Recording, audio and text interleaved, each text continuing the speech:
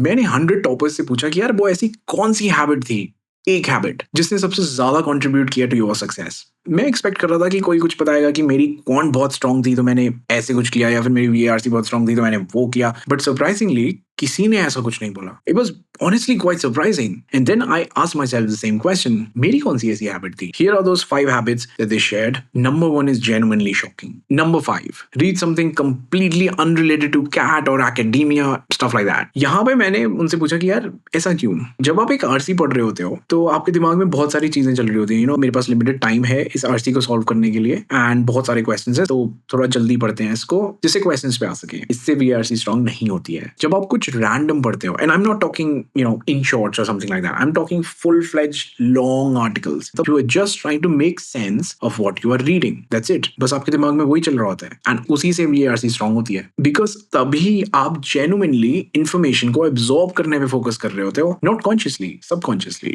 And that's the key. और इस skill को सीखने के लिए आपको एग्जाम के ना थोड़ा बाहर जाना पड़ेगा। So read something completely chill. कोई एक बुक उठाओ, कोई एक नॉवल उठा लो और उसे पढ़ो। Not because एग्जाम में क्वेश्चंस पूछे जाएंगे उससे, not because कि उसकी कोई समरी बनानी है आपको या किसी ने बोला एक रिपोर्ट चाहिए। Just read that book to enjoy it. This was number 5। Let's move to number 4। Don't just build a schedule, follow it. Something very basic, right? यार देखो, स्केड्यूल तो हर कोई बनाता है कैट वाला, लेकिन फॉलो कितने लोग करते हैं यार? बिलीव मी, मैंने अपनी जिंदगी में यार करोड़ों स्केड्यूल्स बनाए हैं एंड उनमें से शायद एक दो ही फॉलो किए होंगे टू द टी। लेकिन कैट में आई डिड इट। लेकिन फर्स्ट टाइम में नहीं हुआ था। कैट के लिए स्केड्यूल मैंने भी बनाया था, ठीक है, अ डिटेल कैलेंडर पे कि इतने बजे से इतने बजे हम ये करेंगे, इतने घंटे हो गए, क्वांट में ये टॉपिक करना है, वीआरसी करना है, एलआरडीआई के कुछ सेट लगाने हैं, सब कुछ था। बहुत बढ़िया स्केड्यूल था यार। फॉलो करता तो शायद 100% टाइलर ही बन जाता। लेकिन पॉइंट इज, एक हफ्ता हो गया, उस पर ऑब्वियसली एक दो चीजें मूव करती थी, बाकी नहीं करती थी, वैसी वैसी रहती थी। एंड एक हफ्ते बाद बस स्ट्रेस बढ़ रहा था, आगे कुछ मूव नहीं कर रहा था उस स्केड्यूल में।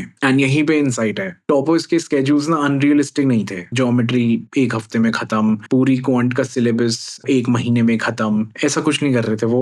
उनके स्केड्यूल्स बहुत रियलिस्टिकली डेवलप्ड थे। Something that I also eventually got to. उनका सिंपल सा ना एक फंडा था कि यार जब मैं एक स्केड्यूल बनाता हूँ तो instead of making it so rigid and so unrealistic कि मैं उसे फॉलो ना कर पाऊँ, I just make a broad weekly number of hours जो मुझे मीट करने हैं, एंड उसके बाद I have a time and no matter what happens I show up on that time. तो बेसिकली इससे ना दो चीजें होती हैं। जब आप एक वीकली टारगेट सेट कर लेते हो जो आपको मीट करना है, देन अकाउंटेबिलिटी आती है, right? You try to meet it. यहाँ पे आप लीवे छोड़ते हो खुद के लिए। लेट्स से आपने वीकली टारगेट सेट किया 14 आवर्स का, सो 2 आवर्स अ डे के हिसाब से, लेकिन मंडे को काम आ गया या फिर ट्यूसडे को कहीं पार्टी में जाना था और समथिंग लाइक दैट। होता है यार, हो सकता है नहीं दे पाए उस दिन टाइम। रिजिड स्केड्यूल्स बनाओगे, then you will start beating yourself up. Flexible बनाओगे तो स्ट्रेस कभी था ही नहीं, वीकली टारगेट है, लेकिन उस दिन भी उस टाइम पे यू विल शो अप, चाहे वो बस वो 5 मिनट के लिए क्यों ना हो। दैट सर्व्स एज समथिंग जो कि आपका मोमेंटम प्रिजर्व करता है, जो कि आपकी मेंटल रेजिलियंस को बढ़ाता है, क्योंकि वही एक हैबिट है जो तुमको ट्रैक पे रखेगी। So that was number 4।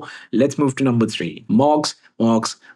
देखो यार, ये तो एक्सपेक्टेड था मुझे कि मॉक्स के बारे में कोई तो कुछ बोलेगा ही बोलेगा, ठीक है, बट मतलब वो नहीं है जो तुम सोच रहे हो। मॉक्स हर कोई देता है। देखो ये इतना ज्यादा कन्वेंशनल विजडम बन चुका है ना कि यार मॉक्स दो। मैंने देखा हुआ है लोग एक दिन में 2 3 मॉक्स भी दे रहे होते हैं एंड एक से भी कुछ भी नहीं सीखते, तो इसलिए फायदा भी नहीं होता। क्योंकि सीक्रेट इंग्रेडिएंट मॉक से सीखने का इज एनालिसिस। अगर मॉक में 3 घंटे देते हो, देन एनालिसिस में 6 घंटे दो। आई नो बहुत ही अनरियलिस्टिक सा साउंड करता है कि यार 6 घंटे में मैं क्या करूंगा एग्जैक्टली।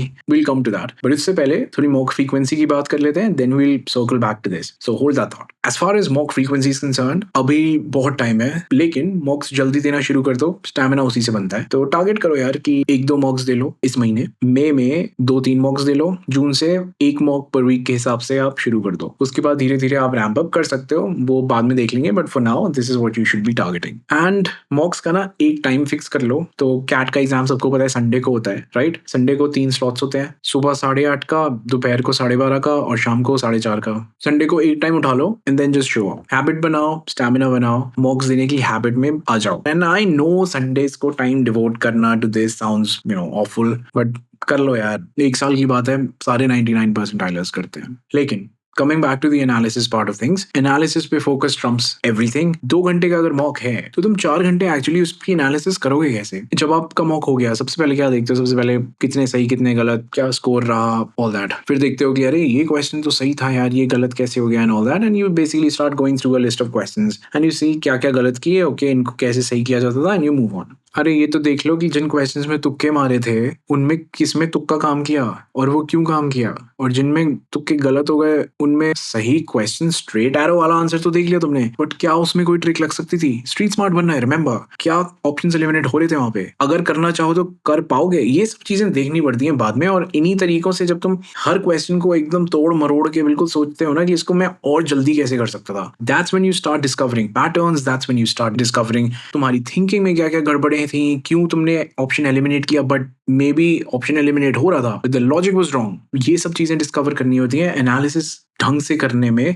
ये सब चीजें तुम देखते हो बहुत डिटेल में, बहुत पेशेंटली, बहुत आराम से। ये सब करोगे बहुत आगे निकल जाओगे बाकी लोगों से। 99th percentile is well within reach. Alright, number 2, and this should be a no brainer, limit social media. इसमें सबसे ज्यादा स्ट्रगल लगेगी। एक काम करो, अपने फोन की सेटिंग्स में डिजिटल वेलबींग की सेटिंग ढूंढो और उसमें देखो जरा सोशल मीडिया एप्स पे तुम डेली कितना टाइम स्पेंड करते हो। And now imagine devoting a fraction of that time towards cat. You'll be shocked. लेकिन सोशल मीडिया पे रहने की प्रॉब्लम सिर्फ टाइम रिलेटेड नहीं है, एक और भी बड़ी प्रॉब्लम है उससे। आप जब जब भी अपनी शॉर्ट्स फीड स्क्रॉल करते हो इंस्टाग्राम पे, किसी भी ऐप पे, तो basically you training your brain to be impulsive, to make decisions in nano seconds without even thinking कि आपको कौन सा वीडियो देखना है, कौन सा वीडियो नहीं देखना है। This is actually the opposite of what you should be doing in the exam. Exam में you have to be extremely deliberate in your choices कि मैं ये क्वेश्चन करूंगा, मैं इस रीजन से करूंगा, या फिर मैं इस क्वेश्चन को छोड़ रहा हूँ क्योंकि मुझे पता है यहाँ पे प्रॉब्लम आएगी।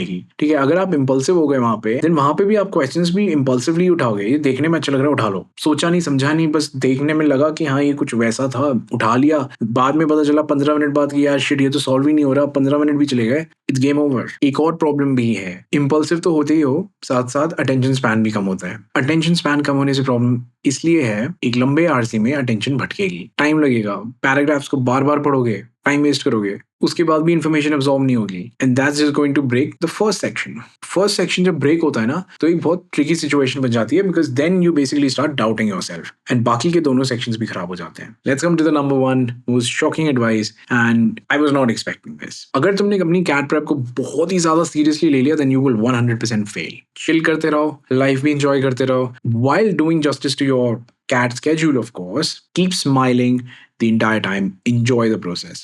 This was the number one habit. This was the number one mindset thing that almost all of them had in common.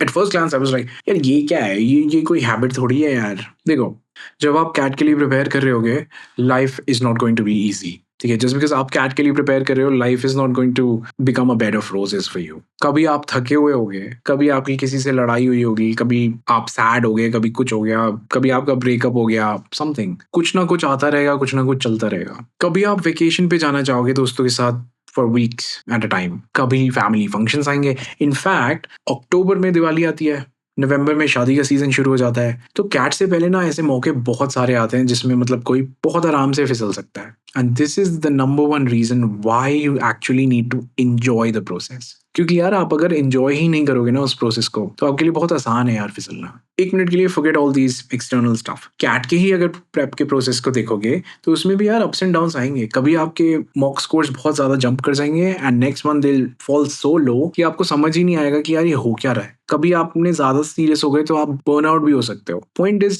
Burnout जब हो गए तो एक बहुत ही ज्यादा डीमोटिवेटिंग सी एटमोस्फियर बन जाती है, बिकॉज ना पढ़ने का मन कर रहा है, ना मॉक्स देने का मन कर रहा है, जबरदस्ती मॉक्स दे रहे हो तो स्कोर्स और डिप कर रहे हैं, कुछ समझ ही नहीं आ रहा। तो अगर आप प्रोसेस को एंजॉय नहीं करोगे, देन इन मोमेंट्स में it becomes extremely easy to totally derail your entire prep. हजारों लोग हर साल इसी तरीके से अपनी प्रेप को डीरेल करते हैं यार, इसी तरीके से मोमेंटम ब्रेक करते हैं, एंड देन जब तक ट्रैक पे आते हैं तब तक इट्स टू लेट। थोड़ा थोड़ा लाइफ को प्रेप के साथ एंजॉय करते रहो, take it easy, go out with your friends, go out for 2-3 days, कहीं नहीं गए, लेकिन 2-3 हफ्ते वाली बात मत करो। Don't go to an extreme, दोनों साइड ही, just take the middle path through this and you should be fine. थोड़ा चिल रहो यार, मॉक में नंबर कम आए, it's okay, good, more mistakes that I can actually sort out, so I will never make those mistakes again. Exam में नहीं होगी। Family function था, चॉइस थी that versus CAT, you chose CAT. Depress मत हो जाओ कि यार शिट यार मैं तो मजे ही नहीं कर रहा यार, सैक्रिफाइस पे सैक्रिफाइस करे जा रहा हूँ, पता नहीं कुछ हो जाए यार। इट्स ओके, चिल करो यार, smile, good, I was stronger than temptation, awesome, this will help me आगे जाके नवंबर के टाइम पे। थके हुए थे but you still showed up, smile, awesome, I am stronger than I know, because number one reason why people fail CAT is not because उनकी prep में कमी थी या फिर मतलब उन लोगों ने कॉन्सेप्ट्स नहीं पढ़े, सिलेबस कवर नहीं किया। ये सब नहीं होता। इस रीजन से लोग फेल नहीं करते। ये आईआईटी नहीं है। लोग यहाँ पे इसलिए फेल करते हैं क्योंकि वो पैनिक कर जाते हैं। एंड यूजुअली पैनिक आप सबसे ज्यादा तब करते हो जब आप किसी चीज पे इतना ज्यादा डू और डाई टाइप की मेंटालिटी लगा चुके हो कि वो अपने आप में ही फिर एक ऐसी चीज बन जाती है कि यार अगर ये नहीं हुई शिट यार तो बहुत गड़बड़ हो जाएगी। देख रहे हो ना स्ट्रेसफुल सिचुएशन कैसे बनती जा रही है। यही नहीं बनाना है, which is why the number one habit is to enjoy the process. लेकिन एक छोटी सी और बात ऐड करना चाहूंगा इसमें from my personal playbook, and that is have a support system. Have that one guy, that one person, brother, sister, friend, teacher, parent, whoever it is, एक कोई ऐसा रखो who you can actually count on to help you get back on track। क्योंकि यार कई बार ना situations ऐसी आ जाती हैं जहाँ पे आपका विजन थोड़ा ब्लरी हो जाता है, ठीक है, you can't figure out what's right for you.